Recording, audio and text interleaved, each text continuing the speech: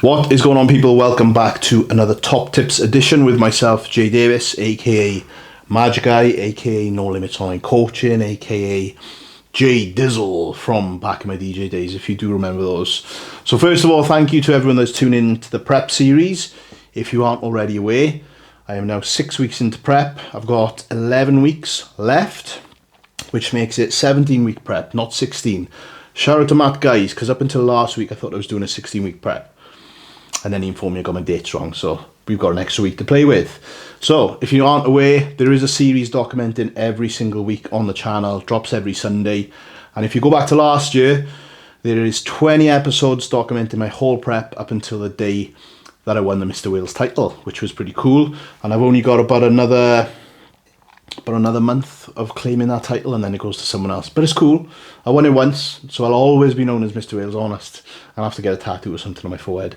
Anyway, another Top Tips edition. Something quick fire for you about coaching. Obviously, it's quite a hot topic at the minute. I'm ramping my coaching up. The industry is saturated with coaches, which is a good thing, I believe, because it just means a lot of people are helping a lot of people, which is cool. But then it's a hard decision in like choosing the right coach and when to choose a coach, I guess. And this could be for newbies to the gym or experienced gym goers or even pro athletes, because I even hear it now, IFBB pros thinking about what coach to choose. So there's so many, and it comes down to like the relationship with a coach. It's not really about the coach itself. Obviously there are going to be the ones which are lower level and know a lot less, and there's going to be ones that are higher level and know a lot more. But what it ultimately comes down to is the relationship with the coach and the person you're dealing with. So if you're a newbie to the gym, do you really need a coach? When I first started, I didn't, and I believe that should be the case now. I think you need to do at least a year or two, or even more, doing it on your own. There is thousands upon thousands upon thousands of videos on YouTube. Free advice on training, nutrition, approaches to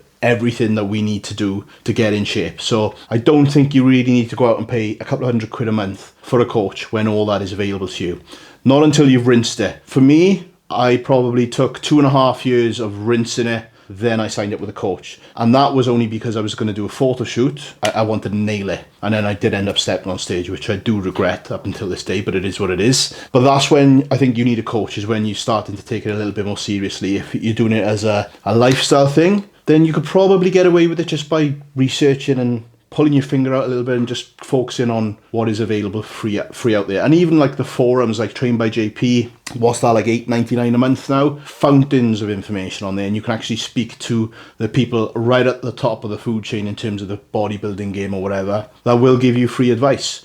So I think right at the start, you don't need a coach. However, when do you need a coach? That's the question, innit? And I think it comes down to your own adherence issues. If you need that accountability, you need to answer to someone, that is when I think a coach will come in handy. Coaches have coaches. There's a reason for that. So we have accountability. Not only that, but it's also someone to kind of a bit of a support system. And that's not to say you're not going to have people around you that support you. Of course I have. I've got my wife, I've got my friends.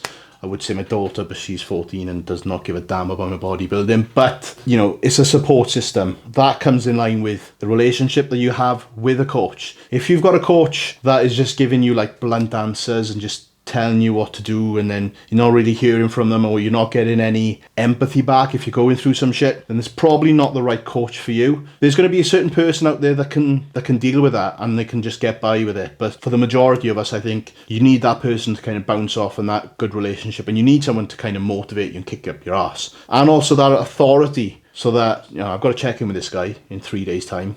Is this donut worth it? Is it going to fuck up this check-in and for me to not get any feedback from my plan, from my check-in? And that's another thing, you know, if you are being coached, there's only so much a coach can do. If you're constantly fucking up on your diet, you're going on nights out constantly, and you're not really telling your coach, like, communication is key always, but if you're not really advising them of what you're doing throughout the week, and then it comes to check-in day, you check in and then you're a pound up, or even if you're a pound down, 2 pound down, but it's not from you being on plan, it's because you were out last night and you're dehydrated and that's why your weight is down. Those are the things which are key bits of information, because how do you expect a coach to give you their everything if you're not giving them your everything? You really need to sit back and look at yourself and say, right, how much do I want this goal? Can I commit to 12 weeks of not fucking up and listening to everything this person tells me to do. Because they obviously know what they're doing, because you've gone to them for a reason.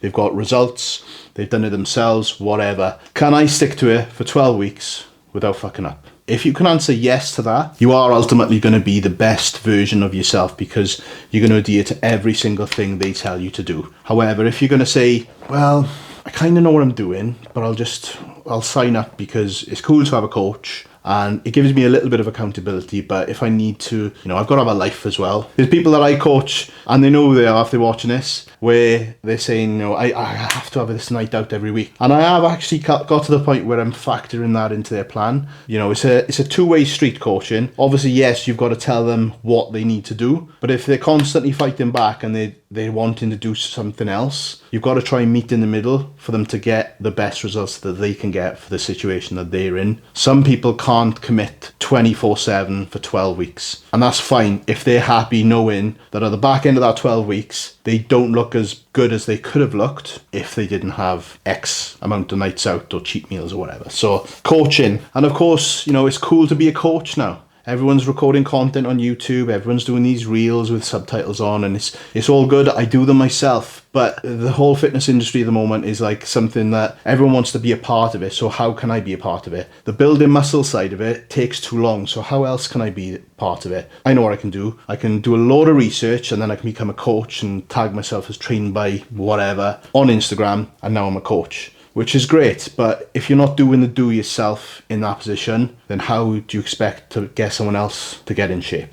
It's one of those ones. So coaching is a slippery slope sometimes. My personal advice for anyone looking for a coach is do your research on them. If you've spent time researching your nutrition and your training, when it comes to choosing a coach, do your research on the coach. Speak to previous clients, speak to current clients. Have a look back at their resume, their transformations. See what they're about. Try and pick up on what they're about as a person as well. Look at their personal Instagram if they've got one. See what they're about. You'll see the genuine people from the fakes, or the people that are just out to make a quick buck. That's my advice. Thank you for watching. Hope this helps anyone that is stuck in that position on whether to sign up with a coach or not. Please like, comment, subscribe. And if you are interested in my coaching, it's No Limits Online Coaching. And I'll see you on Sunday for the next episode of The Race Against Time. Peace.